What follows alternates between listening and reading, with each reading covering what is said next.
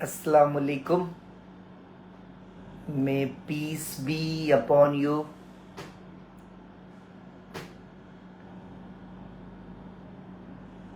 अल्हम्दुलिल्लाह, रमज़ानुल मुबारक आज से हिंदुस्तान, बांग्लादेश, पाकिस्तान और दूसरे हिंदुस्तान से करीबी कंट्रीज़ में स्टार्ट हो गया है। ये बाबरकत महीना ना सिर्फ बायसे रहमत है, बल्कि इस पाक महीने में हम अल्लाह को राज़ी कर सकते हैं। इस पाक महीने में हम अल्लाह की रहमत तलब कर सकते हैं, अल्लाह पाक से मग़फ़िरत की दरख्वास्त कर सकते हैं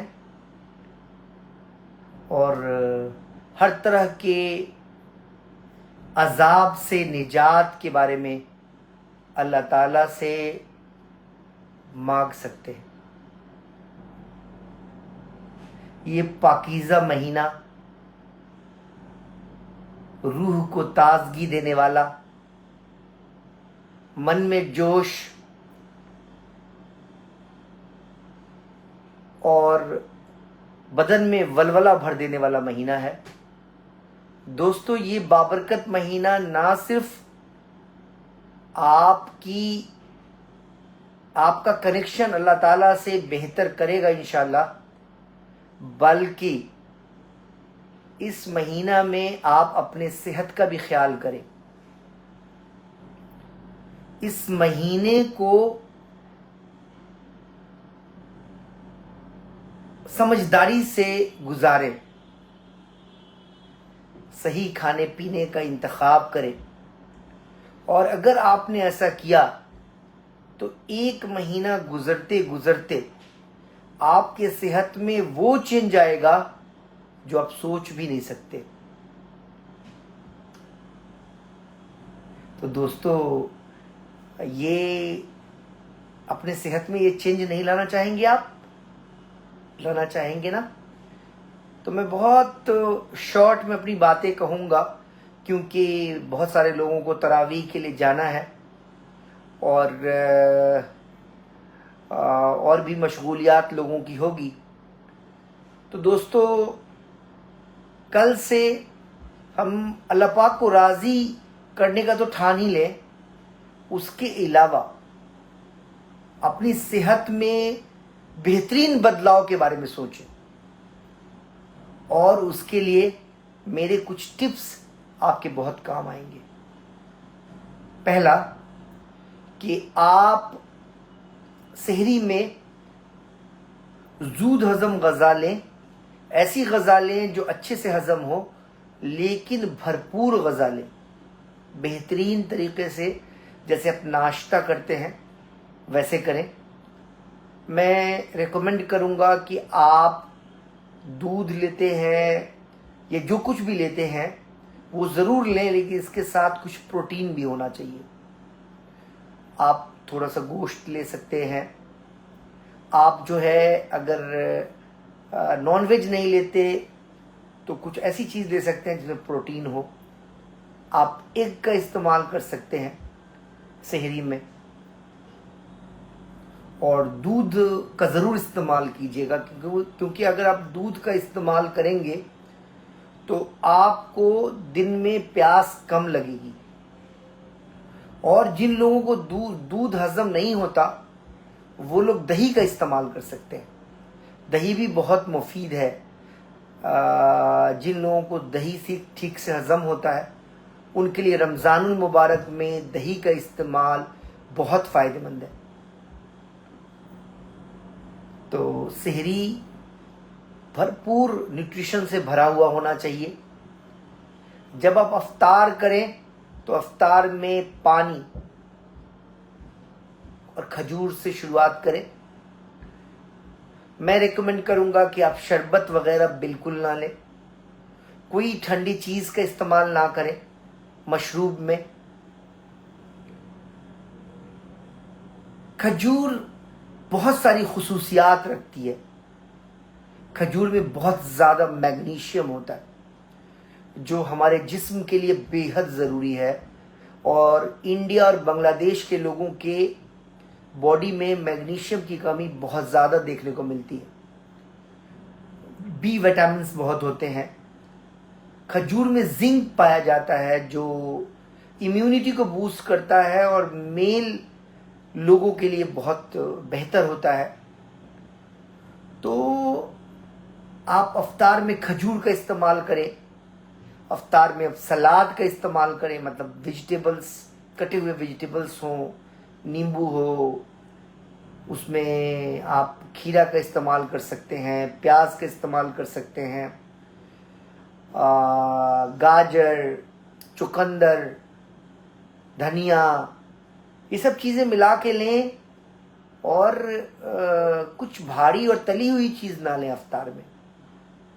और 3-3.5 घंटे के बाद या 4 घंटे के बाद अच्छी तरह से खाना खाएं, कायदे से।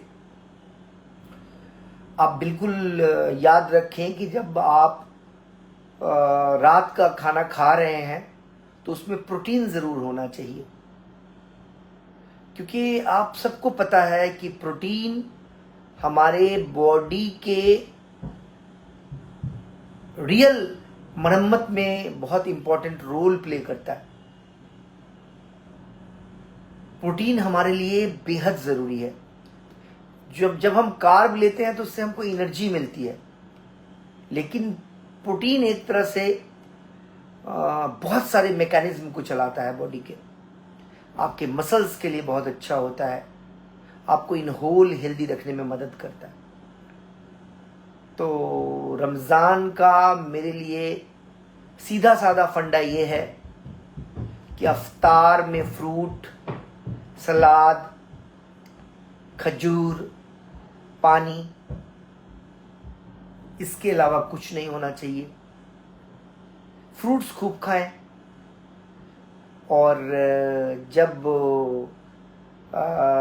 डिनर की बात होती है तो डिनर हेवी होना चाहिए, अच्छा होना चाहिए। क्योंकि आप जब अफ्तार कम खाएंगे, अगर तला हुआ चीज़ नहीं लेंगे, तला हुआ भुना हुआ चीज़ नहीं लेंगे, तो डेफिनेटली आपको रात में भूख लगेगी। और फिर खाएं अच्छे से, और फिर सहरी में भी अच्छे से दूध या दही का इस्तेमाल करें, रोटी, चावल।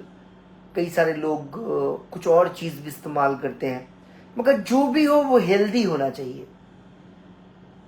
रमज़ानुल मुबारक में रब्बे कायनात को राज़ी करने के अलावा अपने सेहत का भी ख्याल करें, और देखेंगे कि ये बेहतरीन रिजल्ट देगा। क्योंकि एक वर्ड है ऑटोफेजी।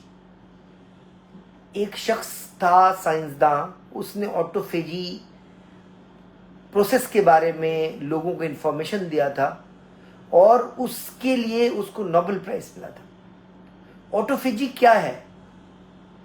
जब हमारा पेट खाली रहता है तो हमारा बॉडी खुद हमारे बॉडी के टॉक्सिन को खा जाता है, और जब टॉक्सिन ख़त्म हो जाता है तो कैंसर के चांसेस नहीं रहते, दूसरी बड़ी बीमारियों के चांसेस नहीं रहते, हार्ट डिजीज़ के चांसेस नहीं रहते। तो रमज़ानुल मुबारक इनफैक्ट फुल रिवर्सल का महीना है, हेल्थ रिवर्सल। और आप जो है सुबह मतलब फजर से मगरिब तक आप जब खाली पेट रहते हैं तो आपके अंदर एक बेहतरीन जज्बा पैदा होता है, सब्र का मादा पैदा होता है, बर्दाश्त का मादा पैदा होता है। सेहत में तो बदलाव होता ही होता है। और अब जब अफ्तार में आप सही खाना खाएंगे, मतलब सही तरह से अफ्तार करेंगे, डिनर में जब सही चीज़ों का आप मतलब सिलेक्शन करेंगे और सहरी अच्छे से खाएंगे, 1 महीना बाद ट्रस्ट मी, आपके हेल्थ के सारे पैरामीटर चेंज हो चुके होंगे। टाइप 2 डायबिटीज के लोगों के लिए लाजवाब है रमजानुल मुबारक में रोजा रखना। मोटे लोगों के लिए, कोई ऐसा बीमारी हो जो क्रोनिक हो, कोई ऐसा बीमारी हो जो इन्फ्लेमेशन से कनेक्टेड हो, रमजानुल मुबारक बेहतरीन बदलाव आपके सेहत में ला सकता है। उस पर से आप अल्हम्दुलिल्लाह तरावीह पढ़ेंगे, आप नमाजों का एहतमाम करेंगे, आप गुनाहों से बचेंगे, लोगों के काम आएंगे, तो इन होल आपका रूह में आपके ताजगी होगी। तो चलिए, बहुत देर हो चुका है, सब लोग नमाज की तैयारी कर रहे हैं और मैं भी चाहता हूं कि मैं अपने रब को राज़ी करूं और आप सब एक दूसरे के लिए दुआ करें, मेरे लिए भी दुआ करें। अल्लाह ताला हम सब का हामी और नासिर हो। अल्लाह ताला हम सब के तमाम गुनाहों की मग़फ़िरत फरमा दे। ये रहमत का अशरा चल रहा है, ये रहमत का अशरा हम सब के लिए बायस रहमत हो। फिर मग़फ़िरत का अशरा आएगा, वो हम सब के लिए बायस रहमत होगा इंशाअल्लाह। और फिर निजात का अशरा, वो भी हम सब के लिए बायस रहमत होगा इंशाअल्लाह। तो हम सब एक दूसरे के लिए दुआ करें, अल्लाह ताला हम सब की हिफाजत फरमाए, लंबी उम्र दे और हम सब को इस दुनिया में भी खूब कामयाब बनाए और आखिरत में भी खूब कामयाब बनाए। अल्लाह हाफ़िज़, अपना ख्याल रखिए।